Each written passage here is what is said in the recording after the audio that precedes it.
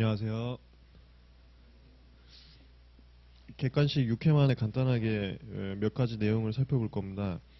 순서는 어떻게 나갈 거냐면 예습을 해오셔도 되고 그냥 같이 보셔도 되는데 예습을 해오실 분들을 위해서 대략적인 순서는 이렇게 나갈 거예요. 이 페이지에 목차가 있는데 챕터 1, 2, 3 요게 1회차 챕터 1, 2, 3 그 다음에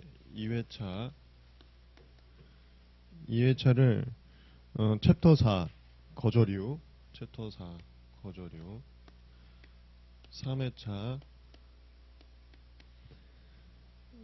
요것을 챕터 5, 6 각종 절차와 심사 챕터 5, 6 그 다음에 4회차 특허권 실시권 4회차 특허권 실시권 챕터 7, 8 그리고 5회차를 심판소송 챕터 9 그 다음에 6회차를 요거 아마 하다 보면 조금씩 밀릴 거예요. 밀린 거랑 조약과 실용신화 챕터 10, 11 그렇게 나가겠습니다. 그래서 예습은 해오셔도 되고 안 해오셔도 되고 해오실 분들은 대략적인 순서는 이런 식으로 한번 가볍게 풀고 오시면 될 것 같아요.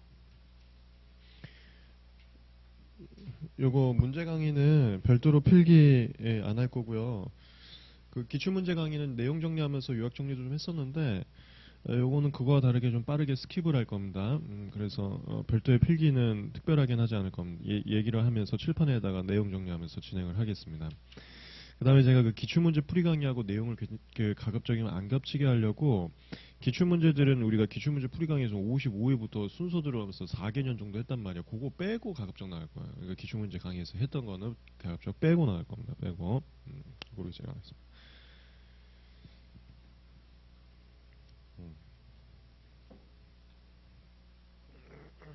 네.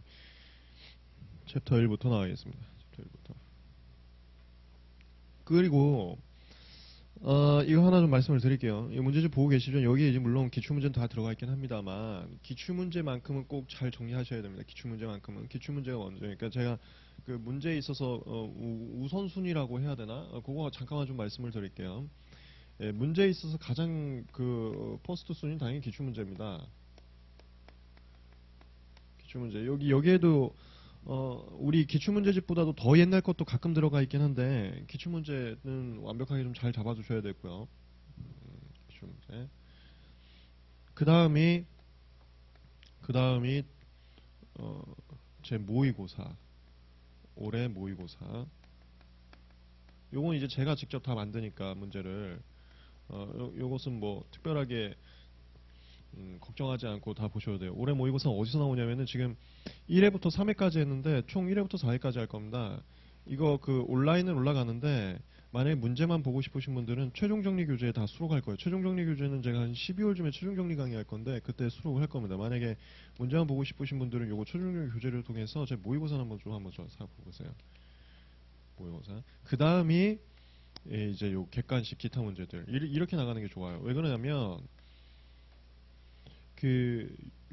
매번 한 60% 정도 반복되는 그런 중요 문제들 있잖아요. 그거는 당연히 기출문제에 있는 거야. 그리고 제 모의고사도 이제 그 기출문제에서 좀 빠진 중요 내용들을 좀 모의고사에서 보충을 해요. 객관식은 뭐냐? 객관식은 기출문제도 있고, 그 다음에 작년 제 모의고사는 넣었어요, 여기다가. 작년 제 모의고사는 넣었는데, 그 밖에 이게 좀 두껍잖아요. 조금 지엽적인 내용들도 들어가 있단 말이에요. 근데 여러분들이 그 1차 처음 하시는 분들이 많지 않습니까? 그런 분들은 내용에 있어 선별적인 거를 잘 못하고 그냥 지엽적인 부분도 이거 중요한 거 아니면 시간을 많이 쏟을 수 있다. 그래서 제가 그런 맥락에서 우선순위를 말씀드린 거예요. 그러니까 이 객관식에는 좀 지엽적인 것들도 많이 들어가 있어요. 작년 거에 더 많이 들어가 있어서 좀 많이 쳐냈는데 올해 거에도 좀 들어가 있으니까 꼭 우선순위는 저 순서대로. 그래서 객관식은 예를 들어서 기출 문제만 보면 한 80 정도까지 나오는데, 그러니까 특허 기준으로 한 뭐 17개까지 16개 17개 맞는데 요까지 하면 이제 20개 맞겠다 해서 되게 지엽적인 것까지 또 들어가 있는 거기 때문에 중점도를 좀 구분을 하시라고. 괜히 지엽적인 거 공부하다가 16개도 못 맞을 수 있으니까 그런 맥락에서 좀 말씀을 드릴게요. 그래서 그런 차원에서 좀 얘기를 들어가자면 챕터 1파트에 지금 2페이지에 특허법의 목적 나오지 않습니까? 이런 것들이 굉장히 지엽적인 문제예요. 이게. 그러니까 객관식 문제집을 첫 파트부터 하시면 안 된다고. 왜냐하면 이런 거에 대해서 기본 강의나 판례 강의에서 한 번도 얘기를 한 적이 없지 않습니까? 여기 보면 뭐냐면 뭐 녹초만 보면 특허와 노하우예요. 뭐 발명가는 헌법에 걸리다. 뭐 특허와 노하우는 1번하고 2번에 대충 그런 내용이 써 있지 않습니까? 이거 내가 기본 강의는 하나도 얘기 안 했고 조문 강의에서 얘기하고 판례 강의에서 얘기를 한 적이 없어요. 이런 게 이제 지엽적인 부분이니까 객관식을 먼저 공부하는 것은 이런 거 이제 함정에 빠질 수 있으니까 그 우선순위를 말씀드린 거예요. 여기 1번은 그냥 간단히 보고 넘어가시면 되고요. 2번 같은 경우가 이거 제가 좀 놀랐는데 객관식에서는 이제 빼진 않고 있는 이유가 2차 시험에 나왔어요. 저는 노하우가 왜 우리 특허법 시험인지 모르겠는데 2차 시험에 나왔었습니다. 그래서 특허와 노하우로 대비하시오. 그래서 그냥 1차에도 한번 수록은 해봤어요. 상당히 지엽적인 부분입니다. 가장 큰 차이점은 공개 여부예요. 특허는 공개가 강제됩니다. 출원 공개와 등록 공고를 통해서. 노하우는 공개하지 않고요. 그 차이점만 있으니까 가볍게만 읽어보시면 될 것 같습니다. 넘어갑니다. 그래서 2차에 왜 나왔나 싶었더니 1차에 95년 정말 옛날이죠. 정말 옛날 1차가 나와서 혹시 교수님이 이것도 니네 시험범인가 갖고 내신 것 같아요. 하여튼 이게 2차 시험에 나왔었습니다. 그때 좀 많이들 당황했었어요. 2차생들이. 이게 왜 우리 시험에 나오지 하면서 그런 게 있습니다. 간단히 보고 넘어가시면 되겠어요. 그리고 말 나온 김에 하나만 더 해봅시다. 여기는 지금 95년도 기출도 가끔 있지 않습니까? 정말 옛날 것도 있단 말이에요. 근데 제 기출문제집을 보면은 이 기출문제집 제 거 따로 나온 거 있죠. 그 55회부터 아마 44회까지 있을 거라고요. 이거 제가 의도적으로 가급적 요 밑에 거 43회 미만으로는 일부러 안 넣은 거예요. 일부러 안 넣은 거거든요. 그래서 하나만 더 말씀드릴게요. 이건 특허만이 아니라 상표 디자인도 마찬가지예요. 이를 보면 뭐 90년대나 2000년대 초반 이런 기출 문제도 있지 않습니까? 그런 거 볼 때는 또 약간 이거 지엽적일 수 있겠다 이게 마음은 갖고 가세요. 이게 시험 주체 기간이 완전 달라져 버려. 옛날에는 시험 주체 기간이 이게 지금은 산인공인데 산인공이 아니었어요. 그리고 출제자가 지금 교수님인데 옛날에는 그 특허사무소 소장님들이었습니다. 그래서 옛날에는 이게 없었어. 문제 보시면 옆에 다툼 있는 경우 판례음에는 이 문구가 없었어요. 그 뭐냐 옛날엔 통설 문제가 나왔었어요. 소장님들이 야 이렇게 하는 게 어떻겠냐. 판례가 별로 없었으니까 옛날에는. 이렇게 하는 게 어떻겠냐 이런 문제들이 나왔기 때문에 옛날 문제 보시다가 특히나 뭐 디자인이나 이런 거 보시다가 제 판례 강의에서 들은 거하고 좀 이거 좀 내용이 다른데 이런 게 나올 수 있어요. 그런 것도 좀 조심해 보세요. 예를 들어서 여러분들 혹시 이거 들었는지 모르겠는데 적적 권리 범위하인 심판은 실시 중인 건 안 된다라는 게 기출문제에서 디자인에서 옛날에 나왔었어요. 그게 제가 판례 강의에서 얘기했었잖아요. 된다고. 판례에서 지금 하고 있다고. 그런 게 과거에는 그 기출문제 잡으시라고. 괄호 열고 다툼이 있는 경우는 판례음에는 문장이 없을 거라고요. 그 통설 문제예요. 옛날에는 우리가 사무소에서 야 무슨 적극적에서 실시 중인 준비 중인 게 어디 있어 라는 얘기들이 있었거든요. 그걸 문제화했는데 지금 판례가 나온 거예요. 그런 것들 좀 조심하죠. 그러니까 과거 문제도 조금 조심하셔야 돼요. 그런 맥락에서 이런 95년 이런 거 좀 살짝 좀 말씀을 드리겠습니다. 5페이지. 요거는 좀 잡고 갈게요. 1번에서 3번과 4번 지문만 살짝 좀 보고 가겠습니다. 3번과 4번 지문. 3번과 4번 지문. 우리 수업 시간에는 일부 지문들 여러분들한테 소개시켜 드리고 싶은 거 몇 개만 이렇게 선별적으로 볼 거고 나머지 문제에 대해서 한번 좀 풀어보시고요. 질문이 있으면 적극적으로 현장이나 아니면 인터넷에서 하시고요. 3번입니다. 요건 가끔 시험 문제 나와요. 판례에 의하면 완성된 발명이란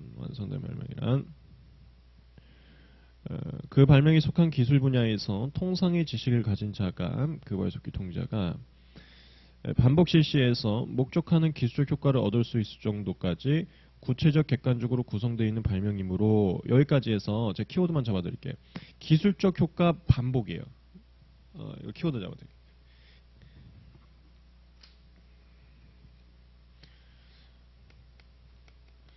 제가 판례 강의에서도 아마 키워드 많이 잡아드렸을 텐데 저번 달에 했었던 기출문제 강의에서 특히나 키워드 많이 잡아드렸어요. 그리고 여기서도 제가 키워드를 잡아드릴게요. 키워드를 잡는 이유는 뭐냐면은 이거 객관식 시험 절대적으로 시간이 되게 많이 부족할 겁니다. 그랬을 때 키워드 위주로 OX 하시면 되게 빨리 돼요. 시간 단축 목적에 있어서 제가 키워드를 좀 잡아드릴 거거든요.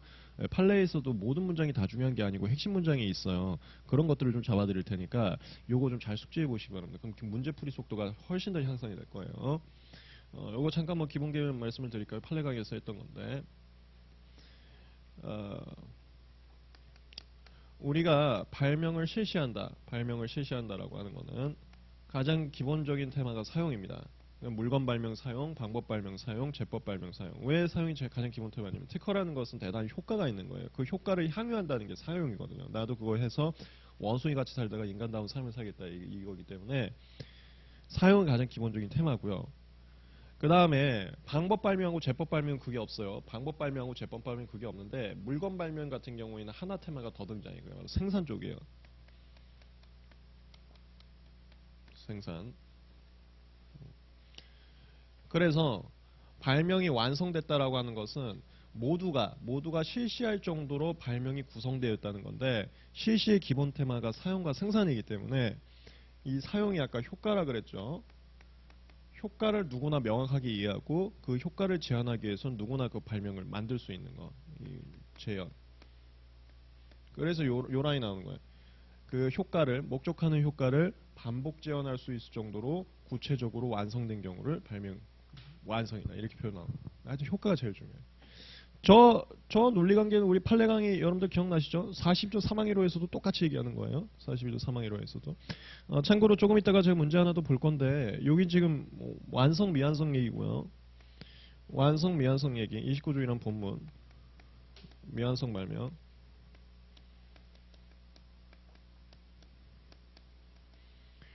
미완성 발명은 그 2조 1호의 발명이 아니다라고 해서 29조이란 본문으로 취급합니다. 거절료 정보 제공 모유 사유 직권자 임사 사유. 이거랑 42조 사망1호 조금 이따 지문도 나올 거예요. 쉽게 실시 이쪽인데요. 발명의 설명이 쉽게 실시할 수 있을 정도로 기재되어 있는지 여기인데 얘하고 모티브가 똑같아요. 얘에서도 이호가 나옵니다. 그 쉽게 실시라는 것은 명세서의 효과가 명확하게 이해할 수 있을 정도로 기재되어 있고 그 다음에 충분히 그걸 재현할 수 있을 정도로 기재되어 있을 것을 쉽게 실시라고 얘기한단 말이에요. 지금 내가 미완성 발명도 똑같은 소리 했잖아. 쉽게 그 효과를 재현할 수 있게 구성을 해라.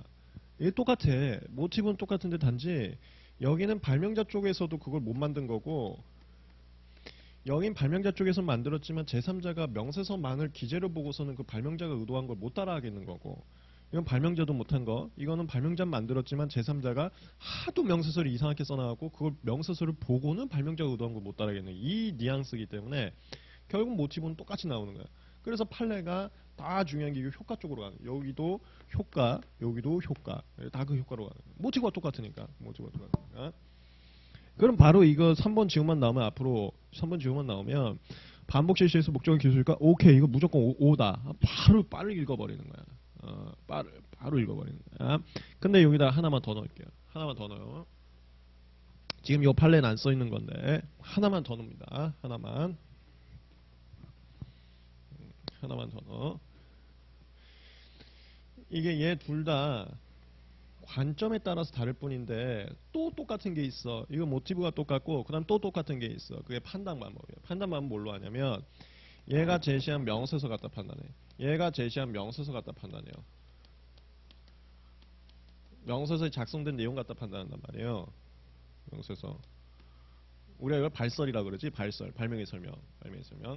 그 다음에 도면하고 기탁은 발명의 설명의 분신입니다. 도면하고 기탁은 그냥 발명의 설명에 항상 껴들어간다고 보셔야 되는 거야. 그래서 우리가 항상 뭐 명서 도면 그런 얘기하죠. 명서 도면.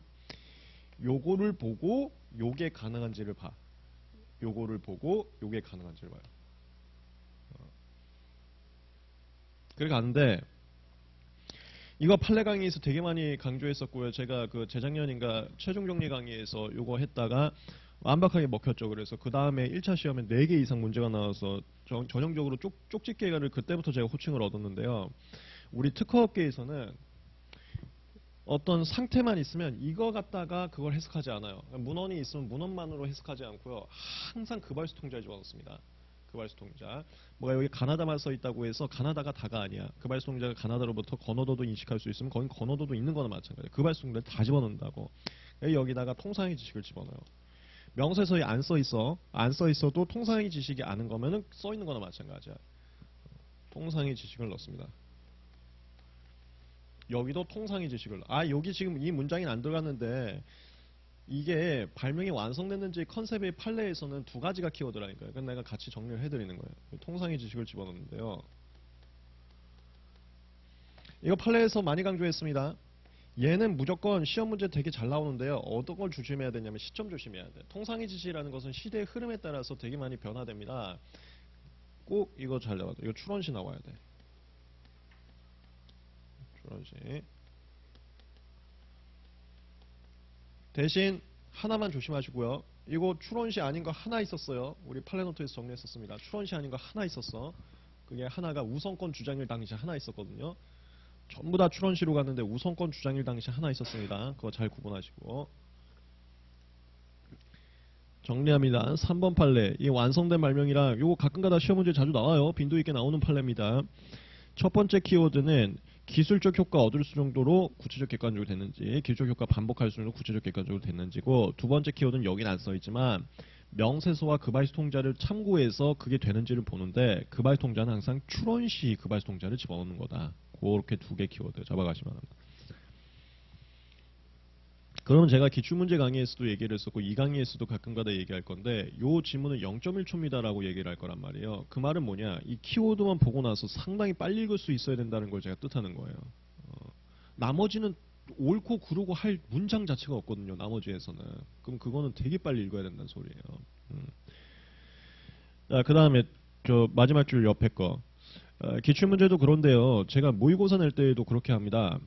그 한 지문에 두세 개까지 물어봐. 그러니까 하나만 물어보질 않고요. 한 두세 개까지는 물어봐요. 저는 모의고사 한 네 개까지도 물어보고 그러는데 연습을 하시라고. 여기 지금 물어보는 게 하나 더 있죠. 객관적으로 구성되어 있는 발명이므로 여기까지는 맞았어. 하나 더 물어봐. 미완성 발명은 확대된 선언제의를 가질 수 없다고 한다. 이것도 맞아요. 그래서 이거는 그냥 가져가시죠. 이거 나는 이 판례 논리가 이해가 안 됐어. 제가 판례 강의 때 아마 좀 모르겠습니다라고 얘기했을 거예요. 판사의 논리가 나는 납득이 안 된다고 얘기했을 텐데 미완성 발명에 대해서 여러분들 그 정도는 돼 있죠. 저는 이제 기본 강의할 때 신진선악 같은 경우는 거절 이유 내용인지 지위 내용인지 구분하면서 읽으라고 하고 있습니다. 거절 이유라는 것은 내가 거절될지를 보는 거고 지위라는 것은 나로 인해서 남을 거절시킬 수 있는지 이걸 얘기하는 거예요. 여긴 지위 얘기예요. 지위 관점. 여기는 내가 거절되는 관점이었던 거고 지금은 지위 관점이다. 지위.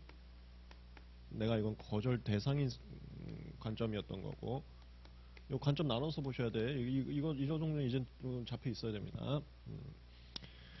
내가 죽는 상황이었고 이거는 내가 나로 인해서 남을 죽이는 상황이에요. 이거 전형적으로 일단 결론을 알고 선언하고 확선지위는 인정을 안 하기 때문에 선언하고 확선지위는 인정을 안 하기 때문에 남의 추론이 미완성 발명이 먼저 추론되어 있을 때 그 추론 때문에 뒤에 추론이 선언이나 확선으로 거절되지는 않겠대요. 그 논리가 저는 납득은 되지 않습니다. 근데 결론은 그렇게 하고 있어요. 판례가. 그러나 29주의랑 각호주의는 가능합니다. 이 논리는 타당해. 이거 제가 판례 강의에서 얘 두 논리를 대비하면서도 말씀을 드렸었는데 29주의랑 각호주의는 가능해요. 이게 무슨 소리냐? 미완성 발명이라는 게 여기도 나왔지만 명세서와 급발수 통자 누구 기준? 추론시 기준으로 했을 때 부족한 기재가 있다는 거예요. 효과를 반복 제한하기에 있어서 뭔가 부족한 기재가 있다는 거예요. 근데 이 잘 봐요. 이게 지위 얘기예요. 내 추론이 이 당시에는 명세서에 써있지도 않고 급발수 통자도 몰라서 부족했어. 이 당시엔 미완성이야.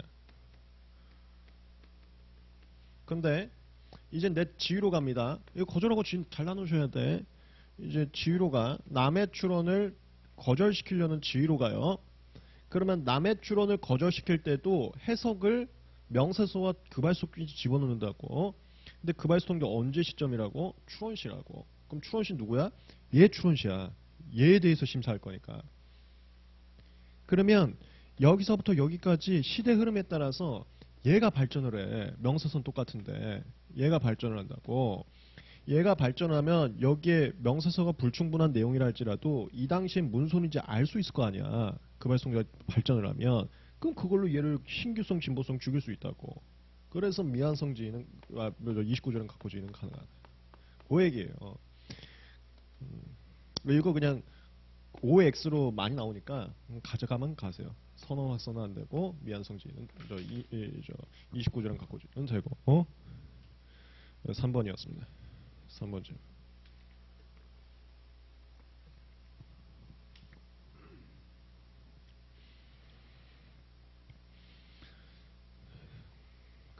그 다음에 이 미완성 발명이 이것도 그냥 마지막으로 그냥 정리만 해드릴까요? 이 미완성 발명이 많이 얘기가 나오는 게 얘네 둘 이렇게 싸그리 묶어갖고 얘가 많이 나오는 게 거기서 많이 나오죠.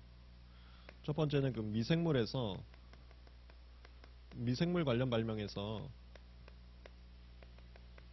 이거 미생물 관련이라는 게 저는 몇 번 해봤는데 요구르트 만드는 게 요구르트나 아니면 뭐 이게 그 생균제라고 있어요. 그 생균제, 생균제 그런 거 미생물들이 이제 더 안 좋은 균을 막 죽이고 그래요. 항생제 같은 거 못 쓰니까 생균제 이런 거 거기서 이제 쓰는 건데 여기서 그 기탁쟁점. 그 다음에 의학용도 발명. 어떤 물질의 질병과 약효에 대한 그 용도 찾아낸 거, 의학용도 발명해서 양리 데이터 쓰는 거. 이게 실시예요. 실험예라고 하죠. 양리 데이터 작성하는 거. 이 컨셉에서 이 두 단어가 많이 등장합니다.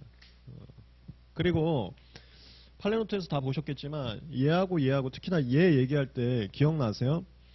예, 의학용도 같은 경우는 양리 기전이 명확히 밝혀져 있다는 특별한 사정이 없는 한 양리 데이터가 기재되어 있지 않으면 미완성인과 동시에 기재불비다. 미완성인과 동시에 기재불비다. 얘를 언급하면서 이렇게 가잖아요. 모티브가 똑같아서 그래. 모티브가 똑같아서. 그래서 우리가 실무에서 얘 쟁점 나온다 하더라도 보통 얘로 취급해요. 거저리로 때린다고. 모티브가 똑같으니까 좀 겹쳐요. 좀 겹치는 맛이 있다고. 그래서 판례들에서 미완성인과 동시에 기재불비다. 그런 문장도 좀 나오긴 합니다. 그 다음 4번 볼까요? 4번. 그 다음에 여러분들 제 기출문제 혹시 강의를 안 들었으면은 제가 이것도 하나만 얘기할게. 지금 우리가 지금 한 지문을 갖다가 20분 봤잖아요. 나 이거 강조하고 싶은 거예요. 제가 방금 전에 기출문제를 우선순위로 다 보라고 했었죠. 이건 모든 과목이 마찬가지입니다. 특허만이 아니고 민법, 상표, 디자인 다 마찬가지예요. 자각까지도 그렇게 했으면 좋겠는데 그랬을 때 제가 상담들을 많이 합니다. 1차 종합반 친구들하고 뭐 항상 상담을 하니까 상담들을 할 때 우리 친구 민법 기출문제 언제 볼 거예요? 뭐 몇 시간 만에 볼 겁니다. 뭐 몇 주 만에 볼 겁니다. 특허는요. 그것 또한 몇 주 만에 봅니다. 할 때 그 기간이 너무 짧잖아. 일단 나는 의심을 해요. 그게 혹시 머릿속에 남으면서 본 건가? 라는 의심을 해요. 무슨 소리냐면 지금 초반 볼 때 한 문제를 20분을 봤잖아요. 처음에 볼 때 기출문제 보실 때 여러분들 풀고 넘어가시면 안 돼요. 그건 머릿속에 남는 게 아니야.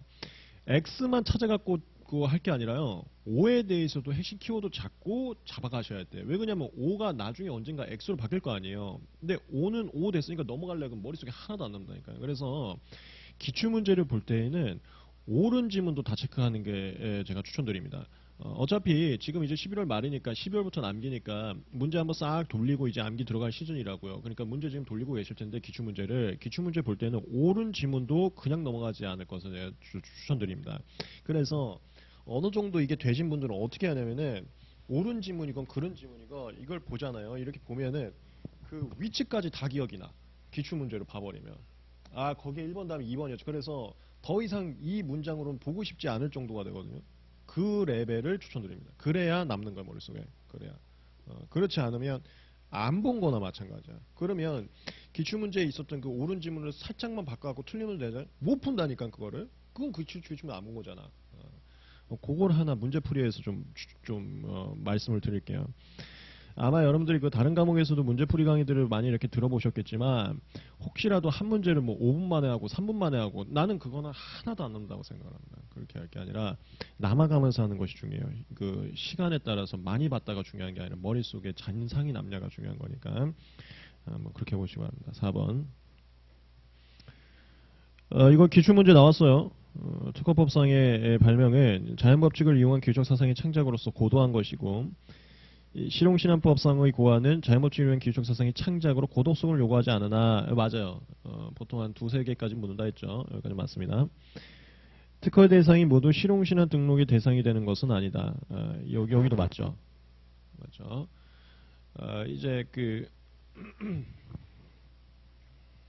특허의 보호 대상은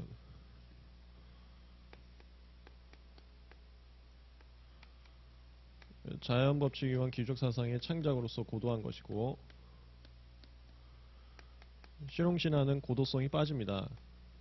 자연법칙에 의한 기술사상의 창작이죠. 그래서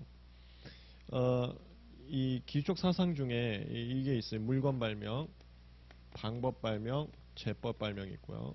이거 물건도 형상이 있는 물건 발명이 있고 형상이 없는 물건 발명이 있는데요. 형상이 특징이 있는 물건 발명 같은 경우는 전부 다 실용신안 대상이 될 수가 있어요.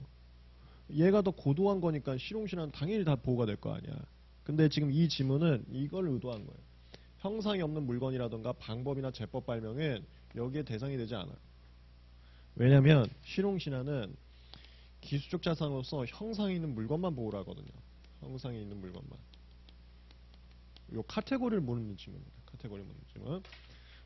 카테고리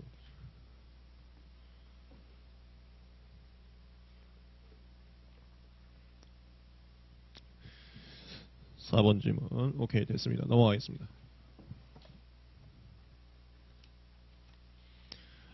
그 다음에 제가 간간히 이거는 뭐 안 봐도 됩니다라는 거 간간히 좀 말씀을 드릴게요.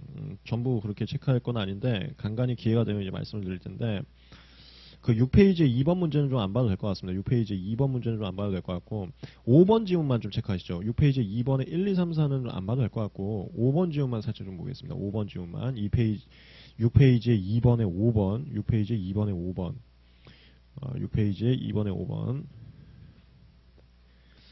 현행 특허법에서는 식물 발명의 경우 유무성 번식 방법과 관계없이 특허법성 보호 대상이 된다. 이거 체크만 하세요. 이거 올해인가 작년인가 기출문제 또 나왔어요. 내막을 잠깐만 좀 얘기 드리자면 이 발명은 재현에서 효과가 반복돼야 돼요. 이거 반복된다는 게 뭐 꼭 100% 반복은 아니지만 웬만한 90% 이상 그러니까 반복될 수 있네라고 인식될 쪽이 좀 반복이 돼야 되는데 그 유성 번식 같은 경우 여러분들 생물하고 계시지만 명세서에 얘하고 교배하면 얘가 나옵니다 하는데 얘가 나오는 확률이 예를 들어서 100만 분의 1이야. 그러니까 얘하고 교배하면 나오긴 나오는데 100만 분의 1로 나와요. 그러면 그거는 반복이 안 된다고 봐요. 100만 번 할 수는 없잖아. 그래서 과거에는 유성번식 같은 경우는 이 경우의 수가 너무 많이 나오다 보니까 이거 반복 지원 안 되는 거 아니야 해서 그냥 무조건 특허 대상은 안 해줬어요. 이건 100% 미완성 발명밖에 될 수 없겠다라고 해서 유성번식은 인정을 안 했어요. 그래서 이게 어떤 취지냐면은 이게 시험 문제 올해인가 작년에 또 나왔다 했잖아요. 그게 뭐냐면 구법상의 내용을 틀린 지문으로 많이 나와요. 구법이나 구판례의 내용을 틀린 지문 많이 나오는데요. 구법에서는 유선방식 식물은 특허의 보호 대상을 인정하지 않았습니다. 그러다가 지금은 이제 삭제했어요. 그 규정을 삭제하면서 현재는 유선방식이라 할지라도 혹시라도 기술적인 보완에 따라서 반복 지원이 되는 경우도 있을 거 아닙니까? 그래서 무조건 안 된다고 하지 말고 반복 지원이 되냐 안 되냐에 따라서 나눠라 해갖고 유선방식도 반복 지원이 된다면 보호 대상이 될 수 있어요. 그 맥락에서 나온 겁니다. 그래서 제가 기출문제 강의에서도 좀 얘기했고 여기서도 기회가 되면 얘기를 할 건데 구법상의 얘기들을 가끔 좀 말씀을 드릴 겁니다. 그게 틀린 질문으로 나오거든요. 구법상의 얘기들. 구법상의 얘기들을 가끔 좀 말씀을 드리겠습니다. 그게 오해하지 마세요. 우리 시험법인 어디까지나 현행법입니다. 현행법이에요. 그 상표가 한번 교수님이 그 출제 범위도 모르고 출제하신 것 같은데 개정법을 나온 적이 있다고 하더라고요. 그건 교수님 잘못입니다. 시험 범위는 산인공에서 명백하게 준 거는 시험일 당시 시행 중인 법령이라고 되어 있습니다. 그래서 현행법이 맞아요. 현행법이 맞지만 제가 지금 국법을 얘기 드린다고 했죠. 그건 틀린 질문은 나오니까 말씀을 드리는 거예요. 그러니까 개정 과정을 공부하라는 소리가 아니에요. 그게 소리가 아니라 틀린 질문 찾아낼 때 도움이 되라고 몇 개만 좀 말씀을 드리겠습니다. 7페이지 3번. 요 스타일이 요즘엔 이제 문제 안 나올 건데 요 스타일이 이제는 안 나올 건데 제가 얘하고 비슷한 맥락이 많다고 하지 않았습니까? 비슷한 맥락이 많아서 특히나 얘에 해당하면 100% 얘에도 해당해. 발명자도 못 만들었으면 제선자가 어떻게 만들어? 얘는 100% 얘기 때문에 아까 이 의학용도 판례에서도 얘기를 드렸죠. 미한성인과 동시에 40일 사망일로 위반이다 이런 말 쓴다 그랬잖아. 얘에 해당되면 무조건 여기에 해당되니까. 근데 요 스타일이 요거 한번 판례인데 이게 판례 사안이에요. 얘하고 거절류는 구분이 돼 있어. 거절류는 구분이 되어 있기 때문에 완전히 똑같진 않아. 그러니까 비슷한 맥락은 있지만 완전히 똑같진 않다의 뉘앙스의 문제예요. 이게 판례에 나와서 과거에 조금 쟁점화 됐었어요. 근데 요즘에는 그렇게 중요하지 않고요. 이런 쟁점이 몇 개가 더 있어. 얘하고 얘고 그 다음에 이것도 당분간 시험 문제 자꾸 나올 거예요. 똑같은 뉘앙스야. 얘하고 예. 이것도 당분간 나올 거야. 이것도 맥락이 똑같아요. 얘도 공개가 목적인 거고 얘도 공개가 목적인 겁니다. 얘는 쉽게 실시할 정도로, 이게 특허라는 게 제3자가 이용할 수 정도로 공개한 대가로 일정 기간 독점권 주는 거예요. 그래서 제3자가 쉽게 실시할 수 정도로 공개해야지만 특허 주겠다가 얘고요. 제3자가 쉽게 실시할 수 정도로. 얘는 그 공개한 범위, 그러니까 제3자한테 공개한 범위 내에서만 청구 범위 구성해라. 그게 발매 설명에서 뒷받침되라야. 발매 설명 뒷받침되라. 그래서 둘 다 취지가 공개라고. 그래서 저는 이제 제약 업무를 하는데요. 저희 제약이나 화학에서는 44항이랑 43항이랑 같이 때렸습니다, 항상. 뭐 어디 둘 중에 하나 해당한다고 하질 않았다고. 우리는 그 똑같은 상황이 있어요. 그러면 44항이로 또는 3항이로입니다. 이렇게 많이 얘기했다고. 근데 얼마 전에 이제 판례가 얘하고 똑같은 취지야. 아니 거조류가 따로 있는데 왜 판단 방법이 똑같냐 하면서 나눠라 한 판례가 최근에 나왔죠. 그거의 전신이 얘였어. 아니 거조류가 다른데 왜 똑같이 취급하냐, 나눠라, 이게였거든요. 그래서 나눠라가 얘하고 얘 파트가 있어. 얘하고 얘 파트. 이거 저 결론만 얘기하고 요 문제 갈게요. 이거는 이제 그래서 어떻게 됐냐, 얘는 컨트롤 C 컨트롤 V로 가라. 컨트롤 C 컨트롤 V. 청구 범위에 기재는 문장 있죠. 문장이 발명의 설명이 그대로 있냐 없냐로 가라. 이때 있냐 없냐는 발명의 설명이 없어도 그 발수동자 집어넣는 거고, 없어도 그 발수동자가 있다고 볼 수 있는 것은 괜찮고, 그 다음에 여기는 요거 가는 거야. 요거 제3자가 효과 명확하게 이해하고 동시에 재현할 수 있을 정도로 기재되어 있는지를 봐라. 이 쟁점 가는 거야. 요 쟁점 가는 거야. 3번 문제 한번 볼까요? 3번 문제.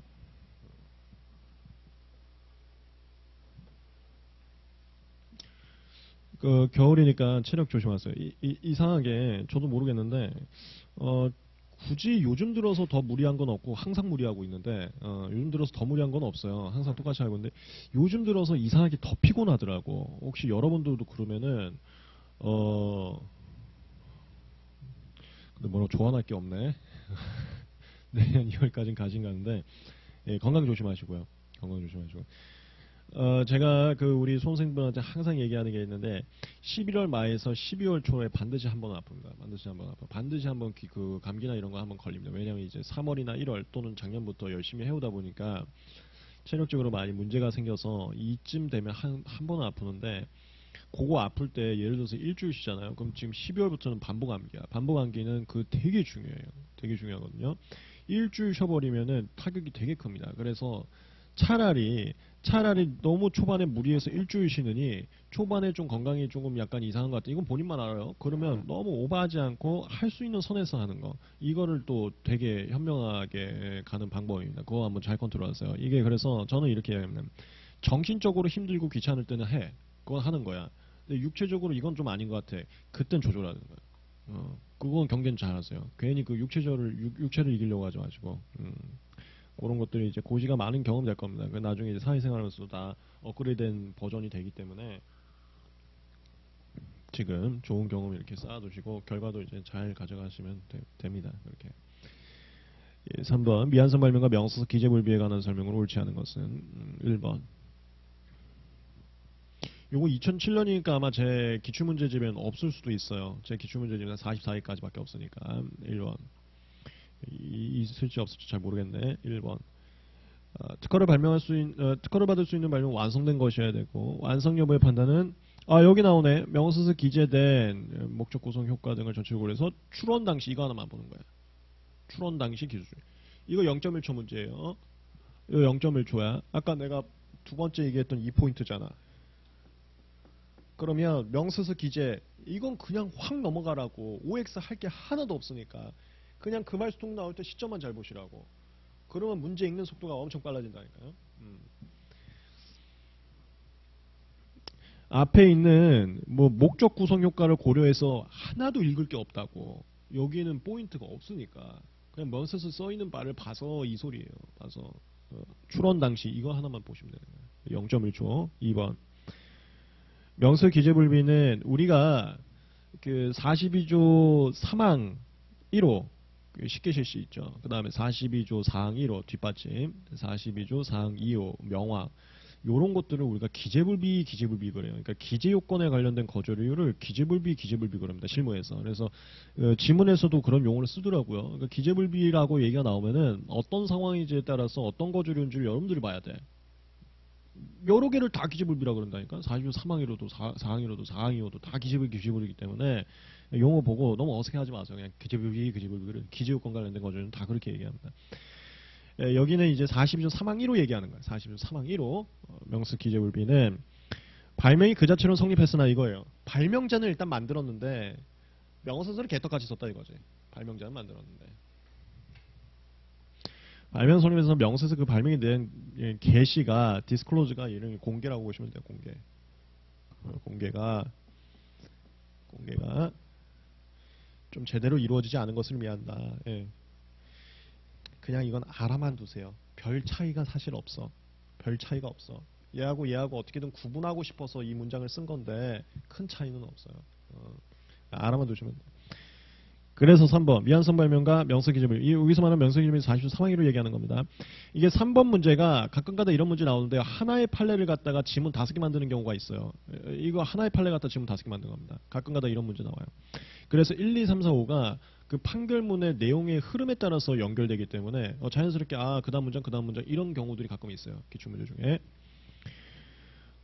미완성 발명의 경우 명스 기재불비인 경우 각각 거저 결정을 위한 법조문이 원칙으로 상이하다. 예, 이것도 그냥 읽어만 두시면 되는 거예요. 그러니까 상이하다 왜 말 나오냐면 그래서 구분하라 이거예요. 상황에 따라서 어떤 법조문을 적용할지 구분하라 여기서 나온 겁니다. 4번. 이게 특히나 어디서 많이 먹히는 거냐면요. 여러분들 제가 판례노트에서 굉장히 많이 강조하고 이거는 시험 문제 웬만하면 2년에 한 번씩은 반드시 나온다고 한 게 있는데 그게 바로 심사관의 심사 쪽에서 통지한 걸로 거저 결정이냐, 통지한 걸로 기각 심결이냐, 통지한 걸로 기각 판결이냐 거기서 많이 나오는 거야. 예를 들어서 29조이랑 본문으로 거절을 통지를 해. 미완성 발명으로 통지를 해. 근데 거저 결정 불복 심판 가서 이건 42조 3항 1호 위반이니까 기각 심결하겠다. 그럼 바로 그거 아웃이야. 통지를 29조랑 본문으로 했잖아 거절 이유를. 그럼 42조 3항 1호는 못 한다고.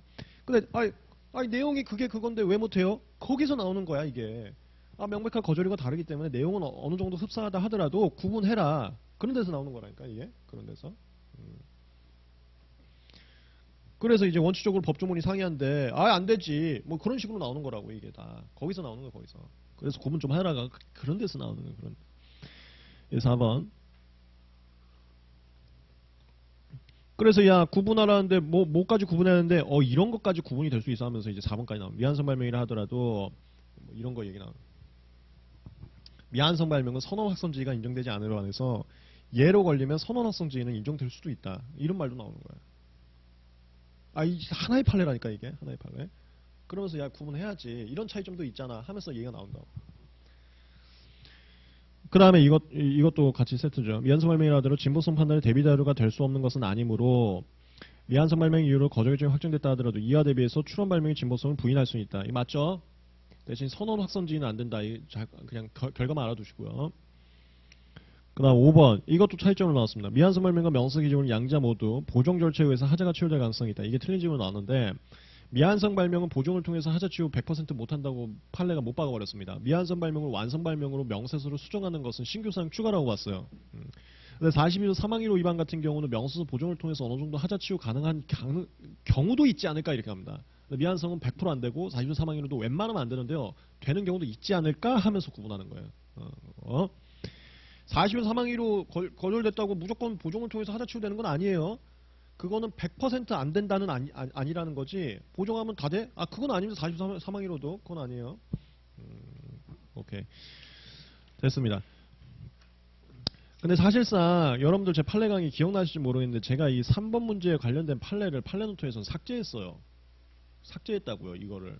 큰 의미가 없는 것 같아서 제가 삭제를 해버렸거든요. 삭제해버렸는데 하여튼 하나의 판례로서 기출문제 나온 그런 케이스였습니다. 넘어가겠습니다.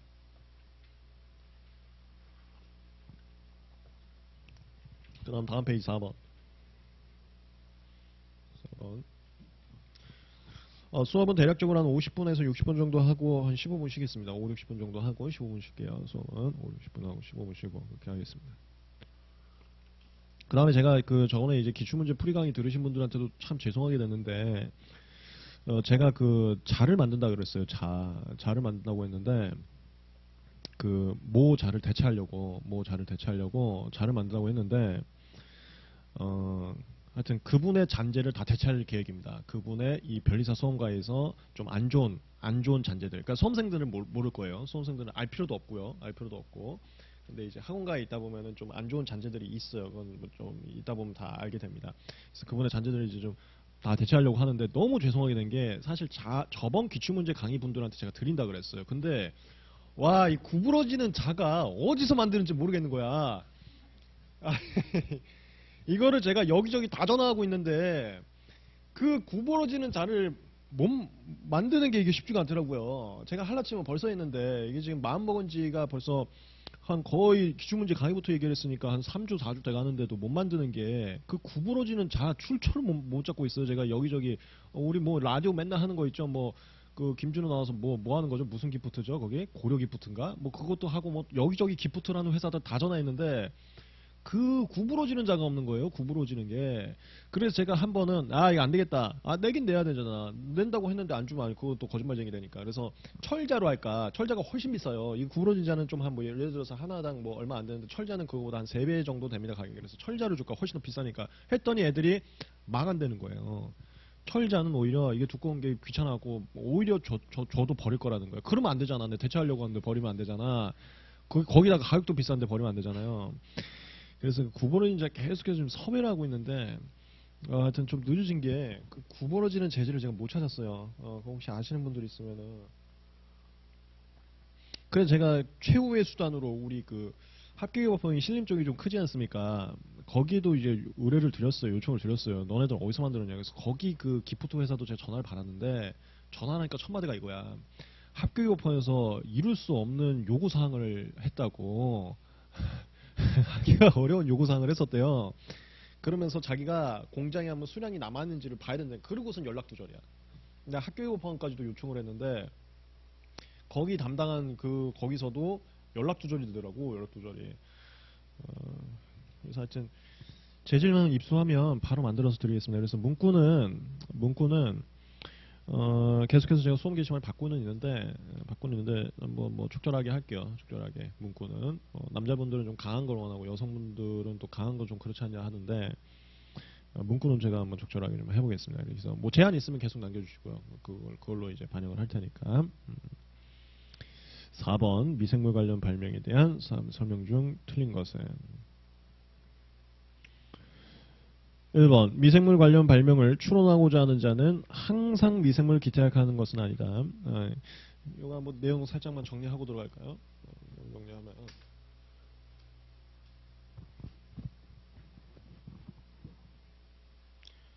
미생물은 용의 입수로 나눠서 이거 뒤에도 나오는데요. 그 뒤에 질문에서 또 나옵니다. 이거 추론시 기준으로 해요. 추론시 용입수 가능하다, 불가능하다. 용입수라는 게 어디 가서 사온다는 거예요. 분양받아 온다고 하는데 회사가 사온다고 그래서도 얘기를 합니다. 용입수가 가능하면은 기탁은 해도 되고 안 해도 되고 이건 자기 마음대로예요. 재량.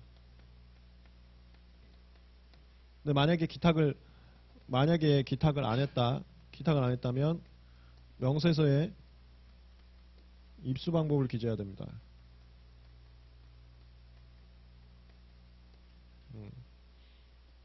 근데 용의수가 불가능하다. 그럼 기탁이 필수입니다. 그럼 기탁을 했다면 자, 그 다음 여기서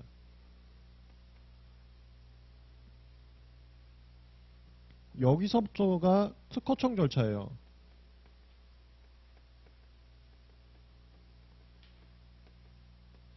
그 무슨 절차라는 건 요구되는 서면제출 플러스 수수료 납부하는 행위라고 하지 않았습니까? 그러니까 여기서부터 특허청에서 어떤 서면을 내는지가 여러분들 시험범위라고 보시면 돼. 특허청에서 여기까지는 기탁기관에다가 기탁하는 거니까 기탁 절차는 필요 없어요. 이게 중요한 거야. 이거 특허청에서 이 절차 그게 중요한데 기탁 안 했으면 이제 입수방법 명세서 기재해야 되고요. 서면 어떻게 쓰는지가 중요한 거야. 기탁을 했으면은 명세서에다가 수탁번호를 기재하고요. 그 다음에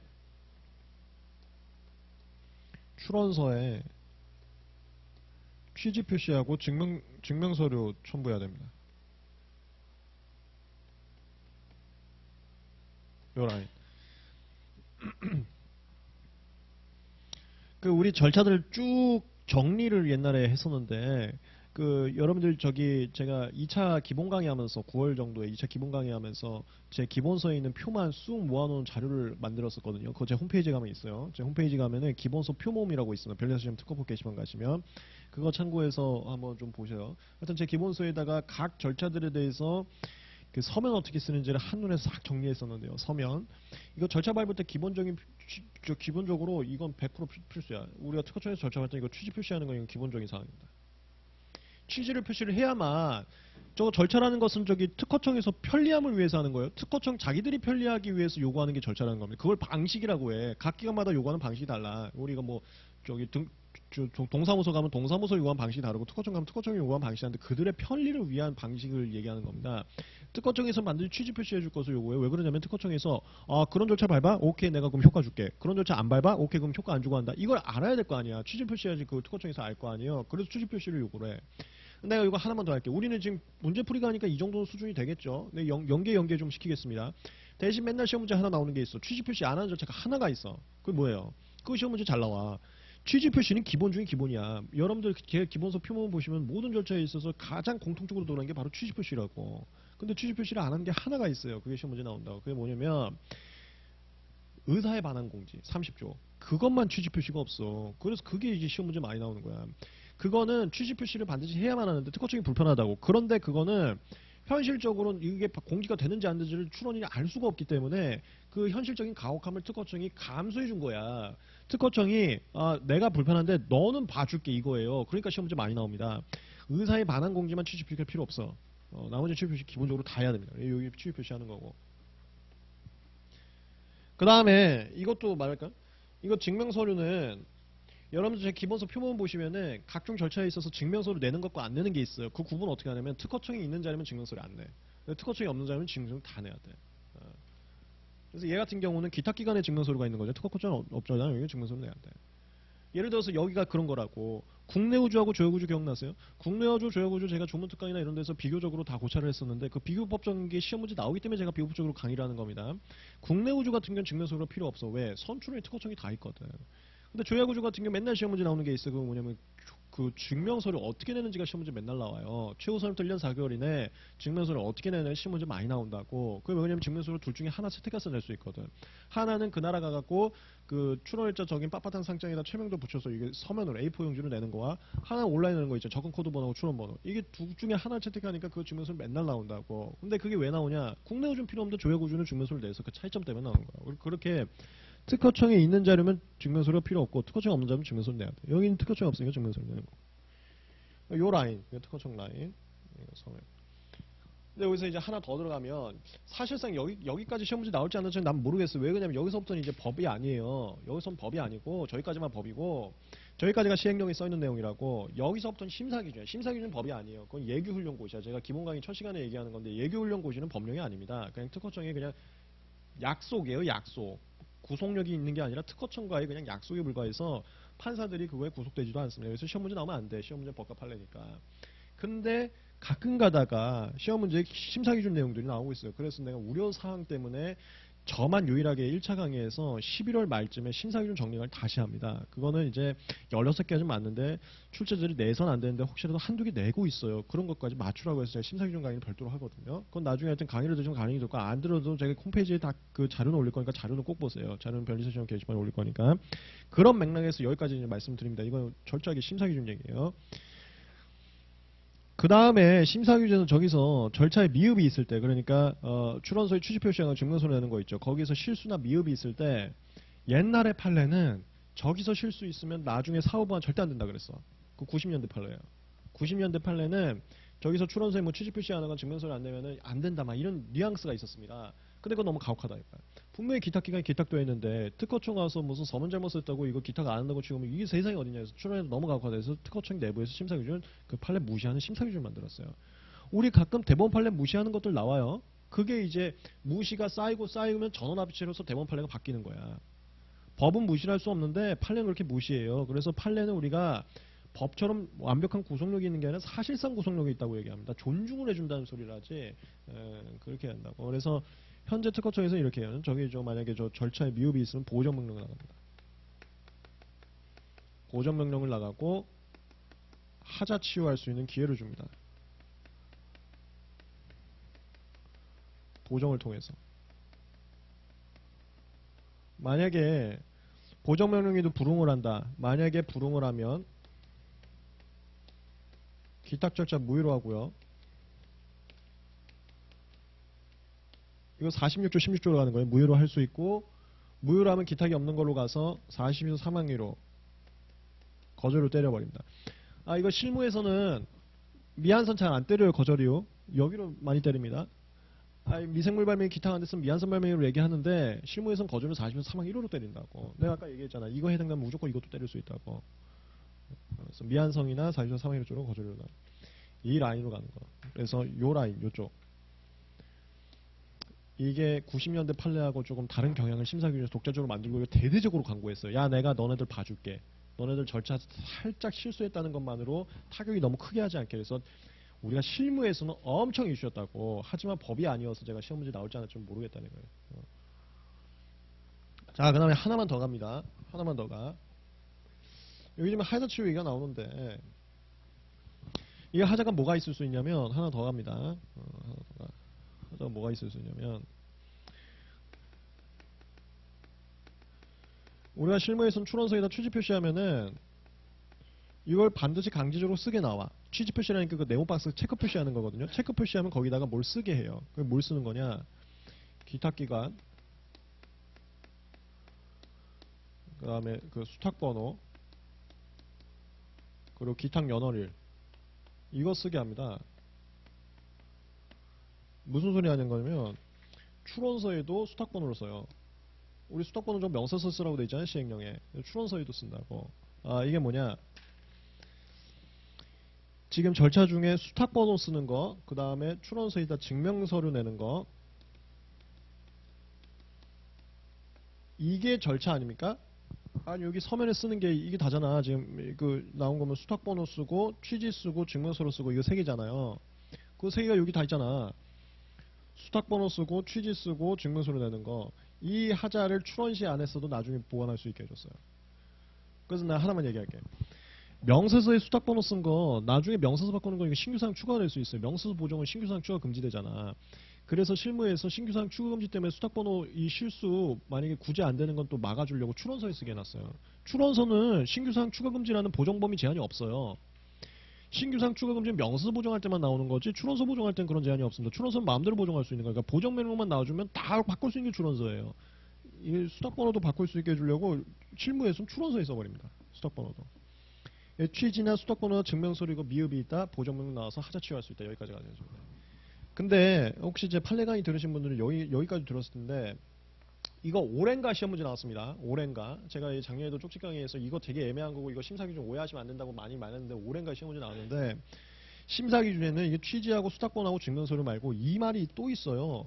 기탁, 추론 전에 기탁하지 않은 경우 보정명령 한다는 말이 이상하게 있는데 그건 내가 오해하지 말라 그랬어. 저게 추론 전에 기탁하지 않은 걸 추론 후에 기탁하는 걸 인정하는 거잖아. 절대 그럴 수는 없다고 내가 얘기했거든. 절대 그럴 수는 없다. 왜냐하면 기탁이라는 것은 발명의 설명은 분시라 그랬잖아. 발명의 설명은 추론일자 받기 위해서 있는 거야. 그래서 추론일 이후에 내는 건 신규사항이라고. 신규사항 추가 금지되잖아. 그러니까 추론일 이후에 기탁되는 건 절대 안 돼요. 근데 심사규정에 명료하지 않은 문장이 있었다고. 그래서 이건 난 뭔지 모르겠으니 버리라고 했었다고.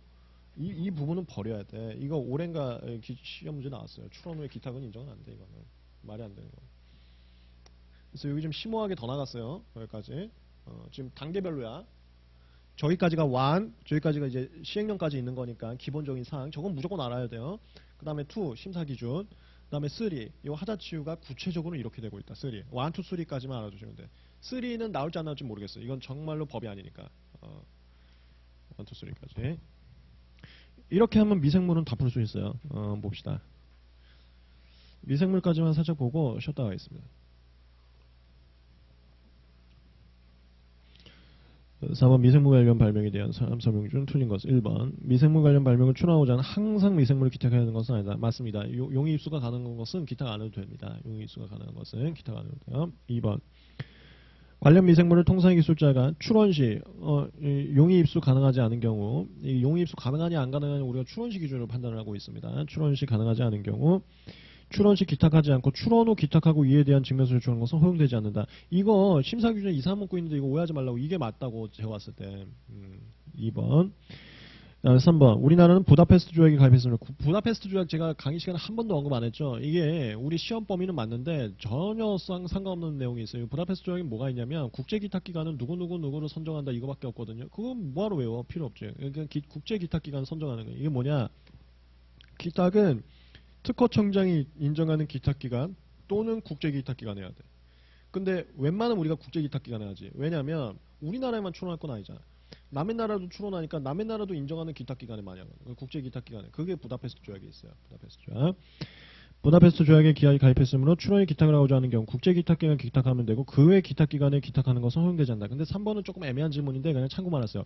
이게 방금 전에 말씀드렸는데 우리나라에서만 출원할 거면 국제기탁기관만이 아니라 특허청장이 인정하는 국내 기탁기관도 돼요. 우리나라에서 할 거면. 이게 뭔 뉘앙스인지는 알겠죠? 국제기탁기관에 하면은 부다페스트 조약 가입한 국가들은 다 기탁을 인정해야 돼. 그 기간 인정해. 그렇게 되는 거고. 근데 그 기간 말고 우리나라에서 독자적으로 인정한 기간이 더 있을 수 있어요. 우리나라에서만 출원할 거면 거기다 해도 되는 거고. 그래서 특허청장이 인정하는 국내 기탁기관 또는 국제기탁기관에 기탁하면 됩니다. 우리나라에 출원할 거면.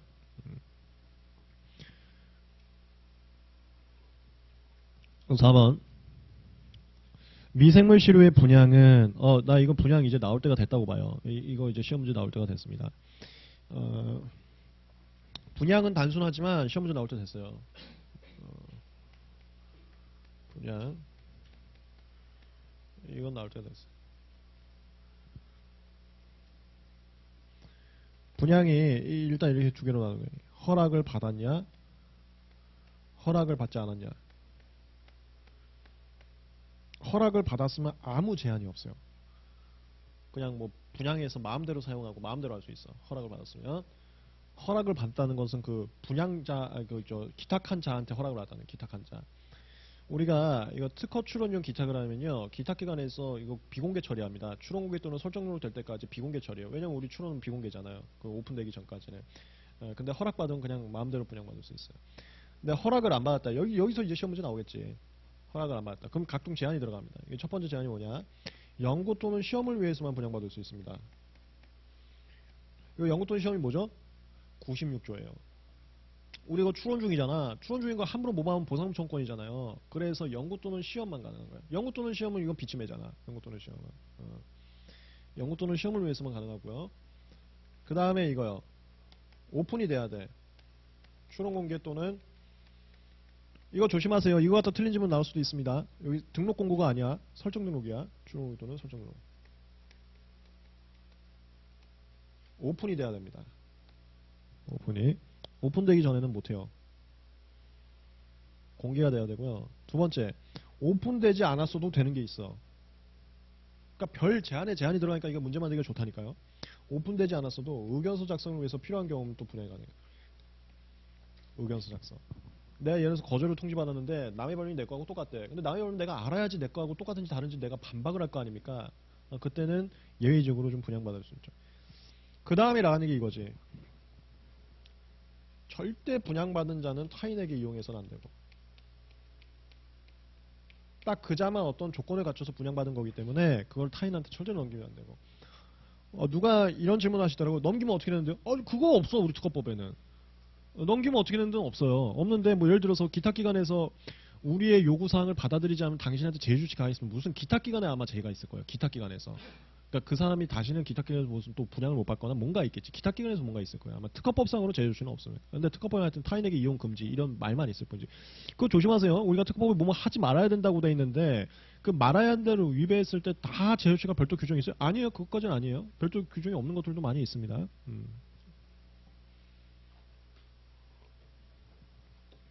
오케이. 분양 좀 알아주죠. 이거 올해 아니면 내년에 나옵니다. 올해 아니면 내년. 왜 올해 아니면 붙냐? 올해인가가 하여튼 미생물 발명 기출이 된 것 같기도 하거든요. 됐으면 미생물 또 낼 수는 없잖아요. 이게 뭐가 대단한 거라고 2년 연속 내. 그러니까 올해 안 나왔으면 나오는 건데 나왔으면 내년으로. 그렇다고 내년 시험 보지 마시고요. 그러니까 그 내년 시험이라는 게 그러니까 2020년, 2019년에는 미생물로 분양 나올 때 됐어요. 그 다음에 4번 그래서 읽어볼까요? 미생물 시료의 분양은 미생물을 기탁한 자로부터 허락을 받지 않아. 허락 안 받았다네. 그럼 각종 제한 얘기입니다. 각종 제한 얘기예요. 특허권이 공개되거나 설정 등록된 경우에 가능하다라고 돼 있는데 4번 질문 조금만 좀 참고해 주세요. 4번에 허락받지 않는 추론 공개되거나 설정 등록된 경우에 가능하다고 돼 있는데 조금만 하나만 더 참고해 주세요. 그래서 이 객관식이라는 게 솔직한 말로 이제 제일 틀린 거 찾아줘야 돼. 이런 것들이 좀 애매한데요. 의견서 제출할 때는 이제 공개나 등록 설정 등록 안 돼서 가능하거든요. 그래서 의견서 제출의 경우는 좀 예의답고 좀 하나만 더 써놓으시죠. 그래서 4번을 이렇게 바꿀까요? 차라리 이렇게 미생물 시료의 분양은 미생물 기탁자부터 허락을 받지 않거나 의견서 제출에 필요한 경우가 아니나 이렇게 갑시다. 의견서 제출에 필요한 경우가 아니나 이것도 하나 더 추가할게요. 의견서 제출에 필요한 경우가 아니나 의견서 제출에 필요한 경우가 아니나 이거 하나만 더 넣겠습니다. 조금 명료하지 않은 지문인데요. 의견서 제출에 필요하지 않은 한을 조금 더 넣겠습니다. 의견서 제출에 필요하지 않은 한 추론 공개되거나 설정 등록될 경우에는 가능하다. 이렇게 하면 조금 더 맞습니다. 이렇게.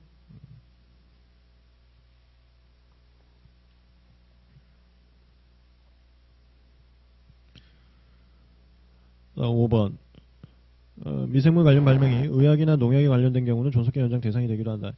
이것은 미생물 관련의 특유한 쟁점이 아니고요. 의학, 농약이면 그냥 존속기한 허가 등에 따른 존속기한 되는 거죠.